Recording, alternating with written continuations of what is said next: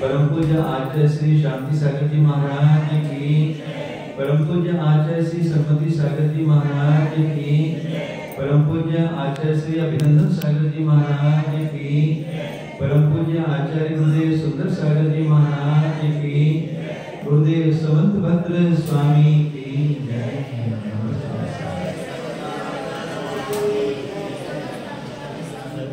चौथी ढाल 6 नंबर से पढ़ेंगे आज। धन समाज गज बाज राज तो काज न आवे, ज्ञान आप को रूप भये फिर अचल रहावे। कास ज्ञान का कारण सपर विवेक बखानो, कोटि उपाय बनाय भव्यता को उर्गानो। जे पूरब शिव गए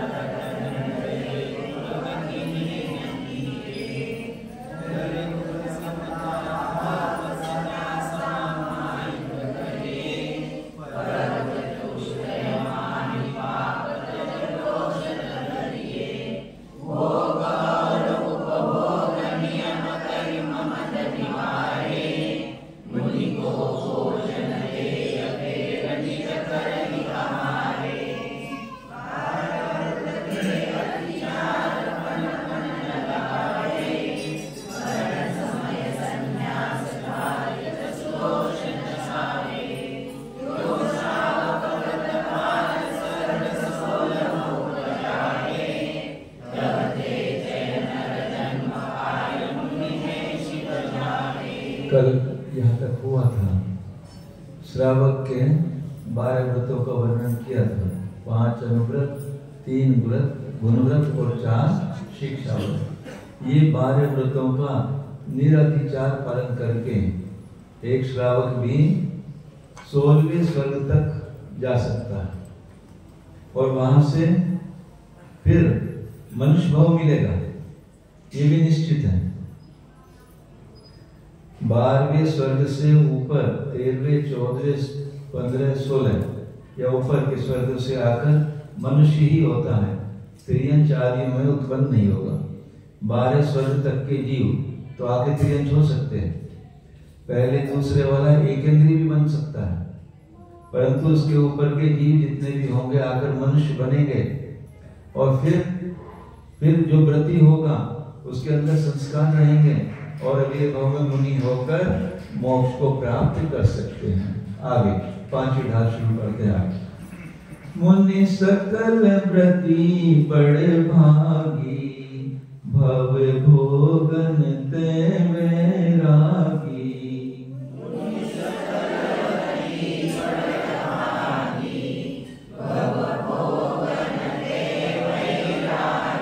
वैराग्य उपावन माई, चिंत्यो अनुप्रेक्षा भाई। वैराग्य उपावन माई, चिंत्य अनुप्रेक्षा भाई। मुनि सकल व्रती बड़ भागी, भोगन के वैरागी। वैराग्य उपावन माई, चिंत्य अनुप्रेक्षा भाई। हाँ पढ़ो भैया। नहीं पुस्तक मुनि सकल व्रती बड़ भागी,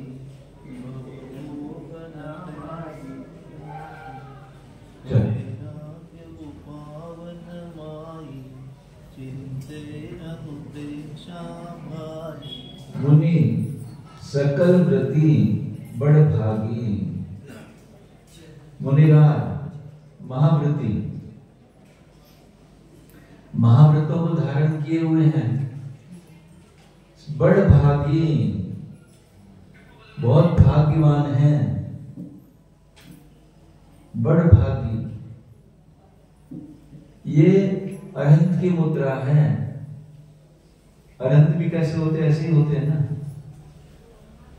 ये बहुत पुण्य से मिलती है। अभी आप ये चाहें कि मुझे मुनि अवस्था मिल जाए, चाहते हुए भी नहीं मिलती। क्यों नहीं मिलती? हाँ भाई, क्यों चाहिए बड़ा भाग? प्रश्न करो ना। अभी आप यदि चाहो मुझे मुनि मुद्रा मिल जाए, आप चाहो भी तो चाह के भी नहीं मिल सकती। कई कारण है उसके अंदर। जिस जीव ने पहले 3 आयु में से किसी आयु का बंध कर लिया होगा, उसको इस भाव में मुनि अवस्था महाव्रती वो नहीं बन सकता।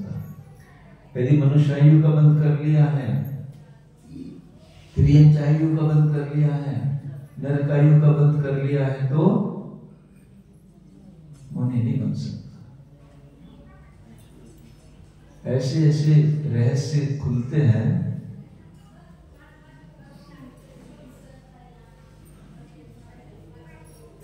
जब कषाय पाउड पढ़ रहे थे कल, ऐसा डर लग रहा था। मुनिराज छपक से उपसम श्रेणी चढ़े, 11वीं गुण स्थान तक पहुंचे, नीचे आए, मिथ्यात्व में आए, उसी समय आयु का बंध किया, एक इंद्रिय में उत्पन्न हो गई जाके। परिणामों की कैसी विचित्रता है। जिसने 3 आयु में से किसी आयु का बंध कर लिया होगा वो मुनि नहीं बन सकता। मुनि तो छोड़ो,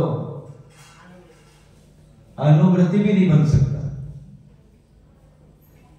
तो प्रैक्टिकल करके देखो कि कहीं मुझे इन 3 आयु में से किसी आयु का बंध तो नहीं हुआ। मैं प्रतिमा भी धारण नहीं कर पा रहा हूं, उसके भाव भी नहीं हो रहे हैं। मेरे अंदर कई ऐसे भाव क्यों नहीं हो रहे कि मैं अनुव्रतों को भी धारण नहीं कर पा रहा। कहीं मुझे किन्हीं इन आयु का तो बंध नहीं हो गया। चिंतन, यानी जो ये अवस्था मिलती है, क्या ये एक इसी भाव का पुण्य है क्या? कितने भावों का पुण्य है पिछला, जो इस पंचम काल में ऐसे हीन काल में आज मुनि बनने के भाव होते हैं। ये मजाक नहीं है। ऐसे भाव होना इस भौतिक युग में, ये देह अन्न का कीड़ा बना हुआ है। उस समय किसी जीव के भाव यदि व्रतों को लेने के बनते हैं तो आचार्य कुंद भगवंत ने इसको पंचम काल का आश्चर्य कहा है। ये पंचम काल का आश्चर्य है जो इस तीन काल में भी किसी जीव के संयम लेने के भाव होते हैं। तो मुनि के देखो कैसे कैसे पीछे जमाना गुजरा है। जब मुस्लिम शासन था भारत में, जैन धर्म तो तब भी था, जैन धर्म था नहीं क्या, परंतु नग्न मुद्रा की परवानगी नहीं थी। तो उस समय जो भव्य जीव हुए हैं वे कैसे तरस के कैसे मुनि बन के बच्चों क्या है, कब वो घड़ी कब आएगी, संत साधु बन के गुजरूं वो घड़ी कब आएगी। उनके अंदर की वेदना दिखाई देती है इन भजनों में। वो काल ऐसा था जहां मुनि नहीं बन सकते थे, पर ऐसे जीव उनकी पात्रता थी, मुनि बन सकते थे, पर अंदर कितनी एक कसमकस चल रही थी कि वो घड़ी कब आएगी कि मैं संत साधु बन के विचरूं अपने अंदर में आचरण या संसार में, पर मुनि नहीं बन पाए। अंग्रेजी शासन में भी परवानगी नहीं थी मुसलमानों के बाद। फिर आचार्य शांति सागर जी महाराज गए दिल्ली में और वहां पर हुआ, मालूम है ना क्या हुआ था वहां पर? नहीं मालूम? हाँ, वहीं दरियागंज में सुबह सुबह वो एक मंदिर के दर्शन करने के लिए निकले। तो कोई एक गोरा था, मतलब उनका सिपाही, उसने रोक लिया। नंगे कहाँ जाता है? रुके महाराज, तो वो तो बहुत समता के धारी थे। तो ठीक है, हम आगे नहीं जाते, पीछे चले जाते हैं वापस। नहीं, पीछे भी नहीं जा सकते आप, हम आगे भी नहीं जा सकते, हम पीछे भी। अच्छा, यहीं बैठ जाते हैं। कुछ तो निर्णय लगेगा, चाहे तो आगे जाए या पीछे जाए, यहीं बैठ जाए, इसके अलावा कौन सी और गति है? नहीं, यहां भी नहीं बैठ सकते। तो फिर क्या करना बताओ? तो उसने तुरंत अपने हेडक्वार्टर को फोन किया, ऐसे ऐसे घटना हो रही है यहाँ पे, हम क्या करें? इनको आगे जाने की परवानगी दे या पीछे जाने की, या क्या करें? तो उसी दिन इस मुद्रा को विचरण करने की अंग्रेजी सरकार ने परवानगी दी थी। तब से मुद्रा होने लगी और मुनि होने लगे। उससे पहले मुनि भी नहीं थे। तो ये मुनि अवस्था पाना यानी महाव्रती बनना बहुत बड़े भाग्य की बात है। और ये वर्तमान पर्याय में हमें जैन कुल मिला हुआ है, ये शरीर सब मिला हुआ है, शाखा का उदय भी है और भाव भी है जिनवानी के सुनने के। फिर भी हम ये अनुव्रत महाव्रत धारण नहीं कर पा रहे, ऐसी कौन सी गड़बड़ हो रही है? तो आचार्य कहते हैं कि मुनि सकल व्रती बड़भागी। जो उनको मुनि व्रत मिल गया है, जो अनंत की मुद्रा मिल गई है, वे बड़े भाग्यवान हैं। भव भोगन ते वैरागी, इस भाव से भी, इन भोगों से भी वैराग्य को, अब मुझे और भाव ना मिले और मुझे ये भोग तो चाहिए ही नहीं, मुझे तो वो भोग चाहिए जो आज तक नहीं मिला। मैंने अपनी आत्मा का भोग नहीं किया, बस बाकी तो सब अनंतों बार भोग किए, अपनी आत्मा का ही मैंने दर्शन नहीं किया, उसी का ही मुझे अब दर्शन करना है, भोग करना है। जो बाह्य भोग और भोग हैं, इनसे वैराग्य धारण करते हैं। वैराग्य उपावन माई, वैराग्य को प्रति समय, वैराग्य कषाय ये विषयों से और संसार से वैराग्य प्रति समय उत्पन्न हो तो क्या करते हैं? चिंत्यो अनुप्रेक्षा भाई। अनुप्रेक्षा माने बार बार चिंतन करना, बार बार चिंतन करना। कैसा? भव और भोगन से विरक्तता का। ये विषय कषायों, विषयों से, कषायों से और जगत का और काय का स्वभाव जानकर, जगत काय स्वभाव हुआ संवेग वैराग्यार्थम, तत्वार्थ सूत्र का सूत्र है ना। ये जगत के स्वरूप का चिंतन करके और इस काय के स्वरूप का चिंतन करके, कैसा है संसार? ये नाशवान है, ये हमेशा कभी भी इसमें सुख नहीं है, दुख देने वाला ये इस आत्मा को। और इस बात का और काय का क्या स्वभाव है? इसके स्वभाव को भी जगत काय स्वभाव हुआ संवेग वैराग्यर्थम, जगत से संवेग होना और काय से वैराग्य होना। जगत कैसा है? जगत के जीव, यानी इनका ये संसार से डर लगना चाहिए। कैसी कैसी स्थिति आती हैं। कल कितना कितना आया, कषाय पाउडर में चल रहा था। एक जीव सम्यक को धारण किए हुए भी है, अनंत की विषय योजना भी कर रहा, गुण श्रेणी 3-3 मान रहा है। वो 3-3 गुण श्रेणी कर रहा है और गुण श्रेणी वो कहां पूर्ण हो रही जाकर? ना बताइए। एक इंद्रिय में, नरक में जाके वो एक गुण श्रेणी चल रही है। कर्मों की असंख्यात गुणी निर्जरा प्रत्येक समय में कितनी विशुद्धि उस जीव की होगी, यह गुण श्रेणी उसकी प्रारंभ हुई और उसके अगले क्षण में ऐसे परिणाम खराब। गुण श्रेणी होने के बाद बंद नहीं होती, वो तो चालू रहेगी उतने काल तक के लिए। और उसी समय परिणामों में ऐसी कषाय आई, ऐसे परिणाम गिरे, उसी समय नरक का बंद किया और नरक में जाकर उस गुण श्रेणी को पूर्ण कर रहा है। कैसे कैसे परिणामों की विचित्रता है इस जीव के। यानी कहने का तात्पर्य क्या है कि इस जगत के स्वभाव को, काय के स्वभाव को, परिणामों की विचित्रता को जानकर वे मुनिराज क्या करते हैं? वैराग्य, प्रति समय वैराग्य उत्पन्न करने के लिए 12 भावनाओं का चिंतन करते हैं। चिंत्यो अनुपेक्षा भाई, अनुपेक्षा बार बार चिंतन करना।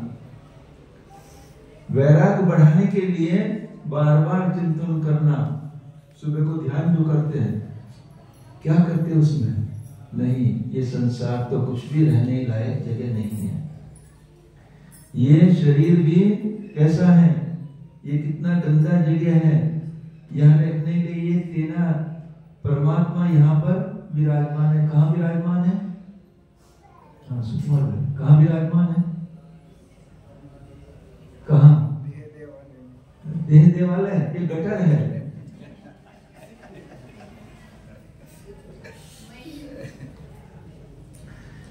जब तक देह देवालय है ये ठीक है। किस अपेक्षा से कहा कि तेरा देव यहाँ विराजमान है। इस मंदिर में तो आप चप्पल लेकर अंदर जाते हो क्या? और यहाँ क्या कर रहे हो? इसको डस्टबिन बनाए हुए हो।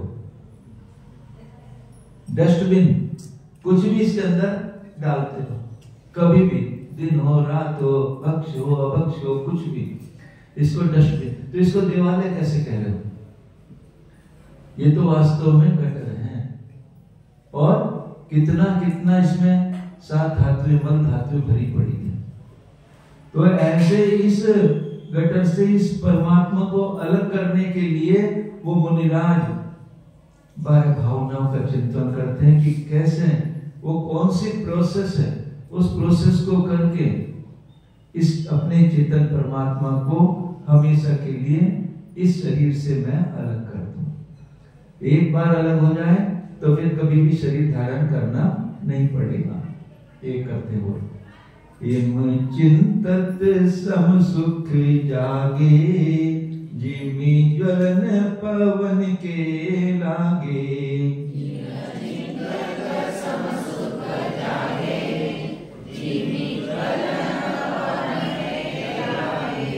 जब ही जिए आत्म जाने, तब ही जिए शिव सुख ठाने। जब ही जिए आत्म जाने, तब ही जिए शिव सुख ठाने। इन चिंतक सम सुख जागे, जिमी ज्वलन पवन के लागे। जब ही जिए आत्म जाने, तब ही जिए शिव सुख ठाने। हाँ बोलो, बाहर वाले बोलो, उनका नंबर ही नहीं आता।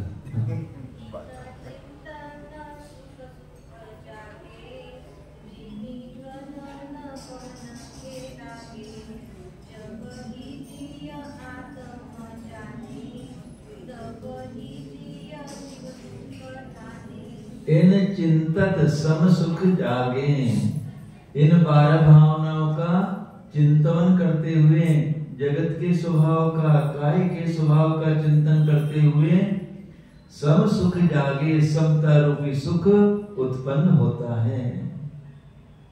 देखो अपना चिंतन करके, ये बाह्य वस्तुएं सब मेरा, इनसे अभी आएंगी 12 भावना, एक एक भावना चिंतन करते हो, कुछ भी एक कोई लक्ष्य में ले लेते हैं। तो ऐसा समता का सुख अंदर जागृत होता है। कैसे होता है, कैसे बढ़ता है वो सुख?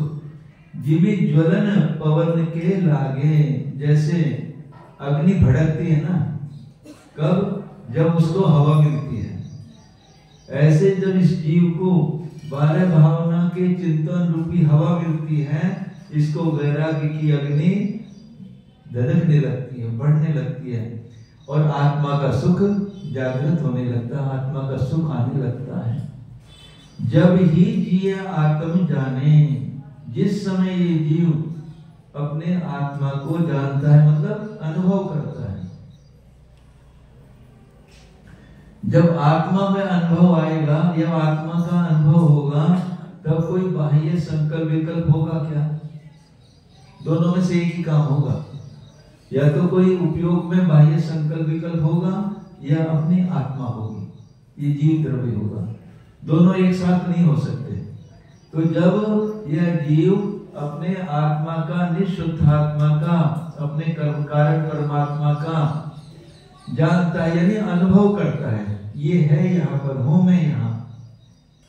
कितने कितने प्रयोग करके बताते हैं, रोज सुबह चलता है, पर कुछ लोग वंचित रह जाते हैं। वास्तव में ये अद्भुत, ये क्षण मिलते नहीं। पिन ड्रॉप साइलेंस, सुबह का समय मस्तिष्क भी कुछ शांत रहता है। दिन में तो बहुत विकल्प हो जाते हैं, उस समय शांत मस्तिष्क से जब ये होता है, अपने आत्मा का स्पर्श होता है, वास्तव में बहुत सुख की प्राप्ति होती है, उससे बहुत सुख लगता है। तब ही ये शिव सुख ठाने, जिस समय, एक समय मात्र भी जब इस जीव का उपयोग अपनी आत्मा में स्थिर होता है, यानी अपने आत्मा को स्पर्श करता है, तब ही यह जीव शिव सुख ठाने, उसी समय मोक्ष जैसा सुख इसको प्राप्त होता है। ऐसी अद्भुत दशा आती है वो। और यदि ये समय बढ़ता जाए, थोड़ा थोड़ा थोड़ा, एक एक समय भी आए उसका आनंद, और यदि वो समय और बढ़ता जाए, तो आचार्य कहते एक अंतर मुहूर्त भी यदि ये हो जाए तो केवल ज्ञान हो जाएगा। ऐसे ही सुख की अद्भुत महिमा है। जब ही जिए आत्म जाने, यानी उसके अलावा कोई चारा नहीं है। संसार में रहने के तो बहुत सारी चीजें हैं, विषयों में लगे रहो, कषाय में लगे रहो, संसार मिलता रहेगा, परंतु मोक्ष के लिए सच्चा सुख प्राप्त करने के लिए अपनी आत्मा को जाने बिना, उसका अनुभव किए बिना और कोई उपाय नहीं है।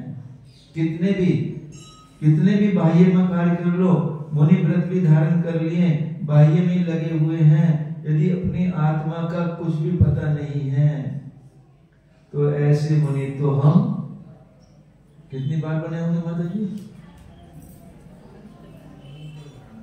हाँ, अनंत कहने में तो ऐसे शब्द हैं क्योंकि मात्रा भी नहीं, कुछ भी नहीं है उसके अंदर, जल्दी से कहा जाता है। अनंत जानते हो कि कितना होता है? अभी तो संख्या का ही पता ही नहीं है। संख्या कितनी बड़ी संख्या है? कितना? 29। बस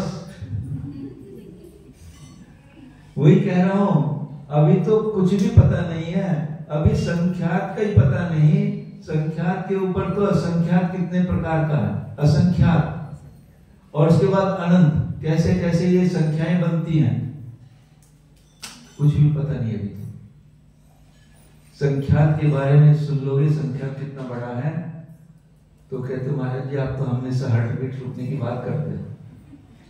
संख्यात संख्या इतनी बड़ी है, और अनंत तो कहां कहां कहां, बहुत बड़ी संख्या, बहुत बड़ी संख्या है। इतनी बार ये जीव मुनि बन चुका है द्रवलिंगी बनाकर,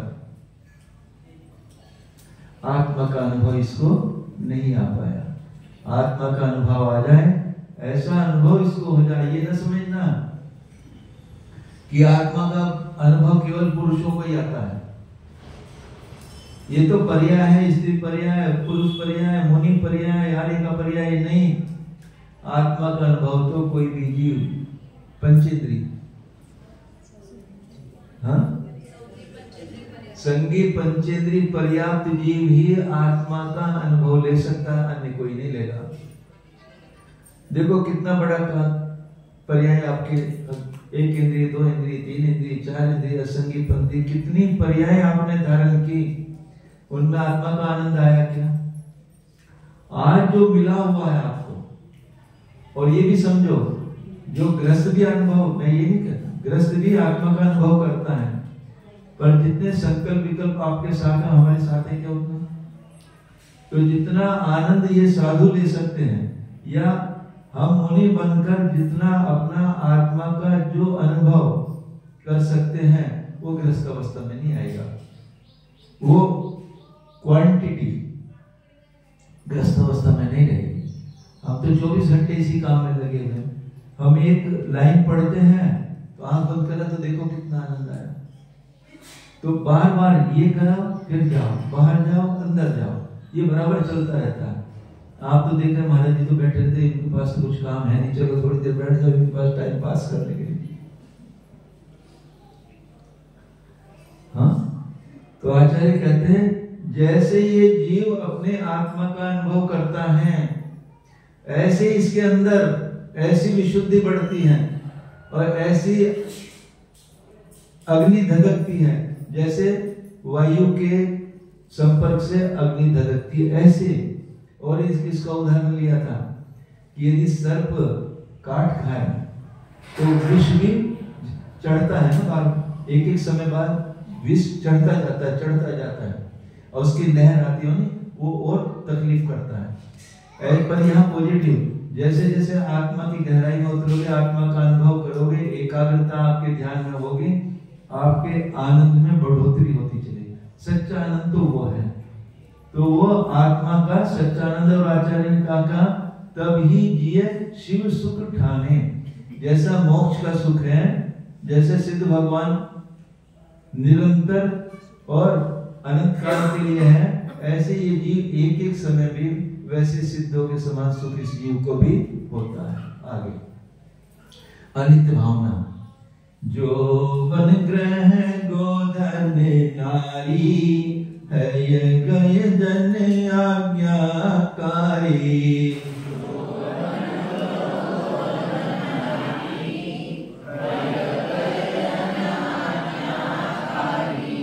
इंद्रिय भोग छिन्न थाई, सुर धनु चपला चपलाई,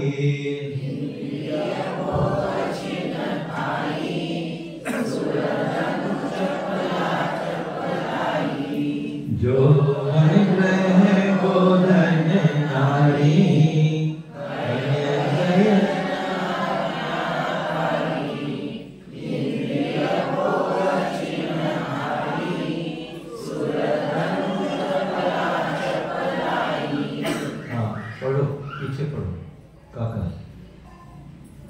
जो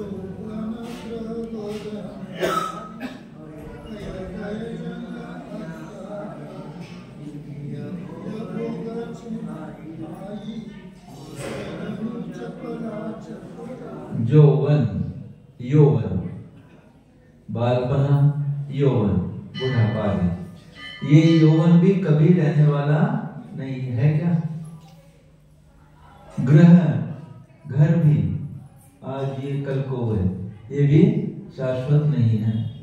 गोधन, गाय बधन, पहले गाय वगैरह होती थी, ये भी शाश्वत नहीं है।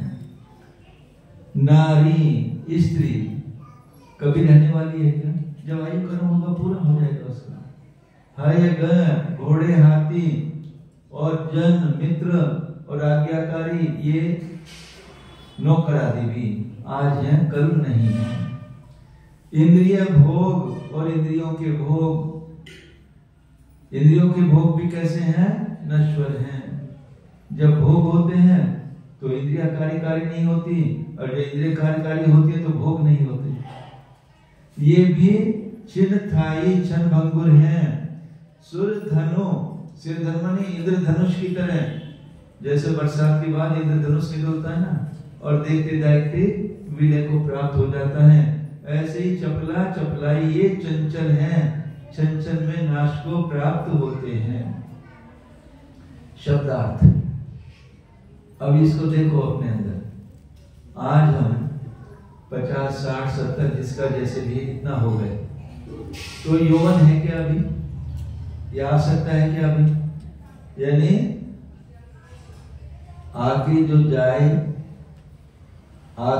जाए उसे जवानी कहते हैं, और आके जो ना जाए उसे बुढ़ापा कहते हैं। बुढ़ापा आके जाएगा क्या? यानी ये सब नश्वर हैं, ऐसा लगता है क्या?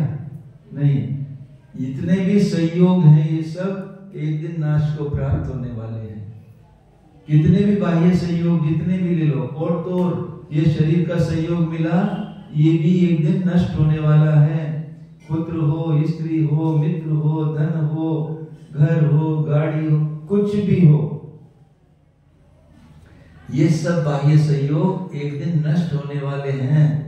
और तो चक्रवर्ती का वैभव, जिस समय चक्रवर्ती दीक्षा लेके वन को चले जाते हैं, वैभव विलय हो जाता है।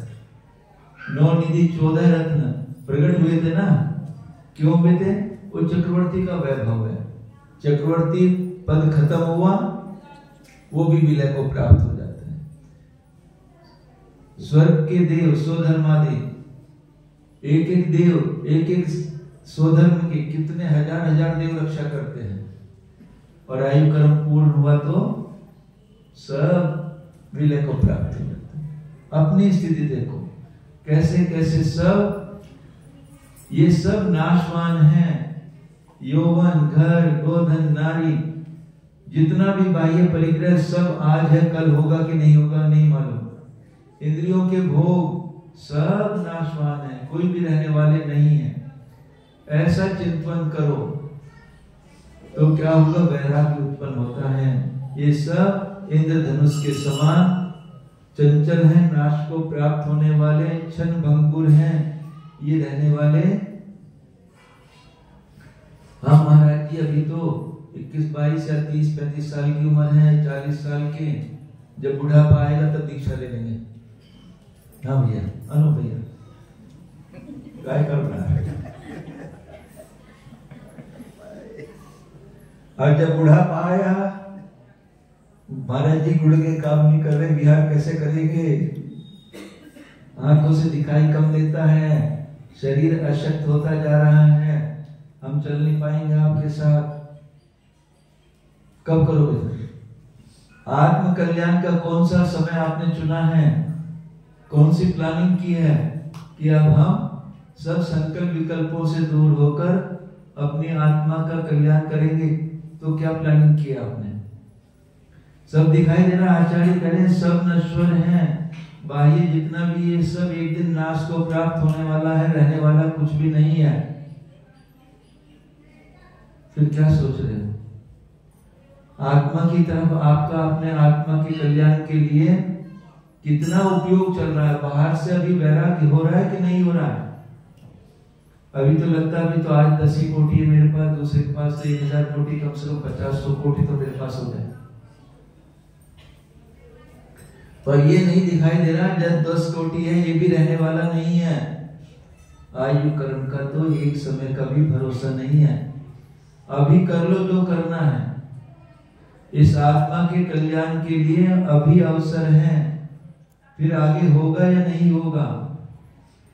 और ये पर्याय तो मिलना बहुत बहुत दुर्लभ है ये पर्याय। और जो संयोग सारे मिले हुए हैं अभी, ये पुनः मिलना तो एक एक जो विशेषण है ये मिलना बहुत ही मुश्किल है। और ये सब जो संयोग हैं ये तो इंद्रधनुष की तरह विलय होने वाले हैं, ये शाश्वत रहने वाले नहीं है।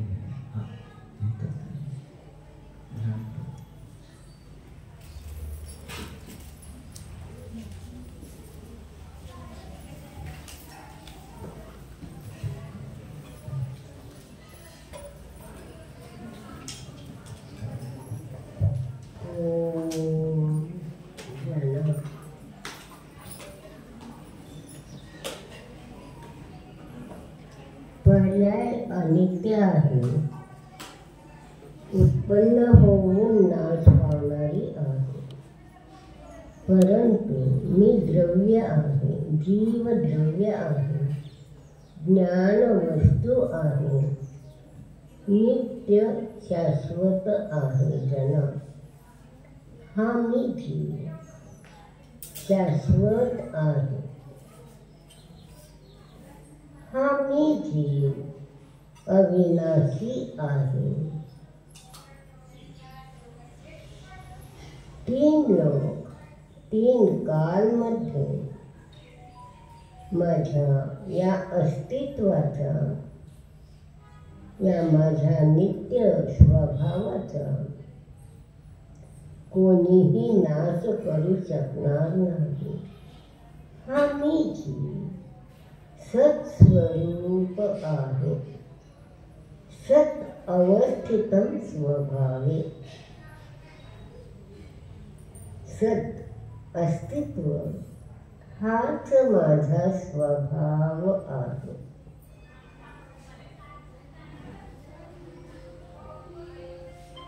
स्वभावाचा अनुभव केला, सत स्वभावाचा अनुभव केला तर सत्स्वभाव पर्यायामध्ये प्रकट होणार, स्वभाव पर्यायामध्ये प्रकट होणार। सत्स्वरूपो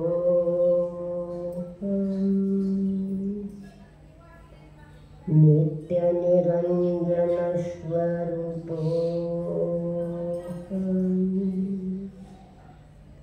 अविनाशी स्वरूपो अजर अमर स्वरूपो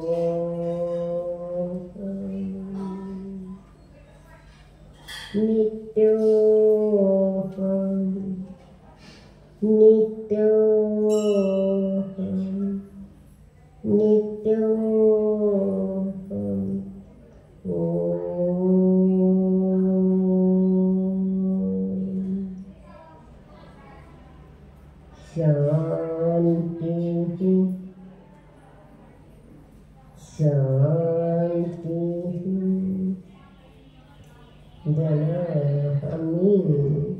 नित्य शांत स्वरूप आहे। शांत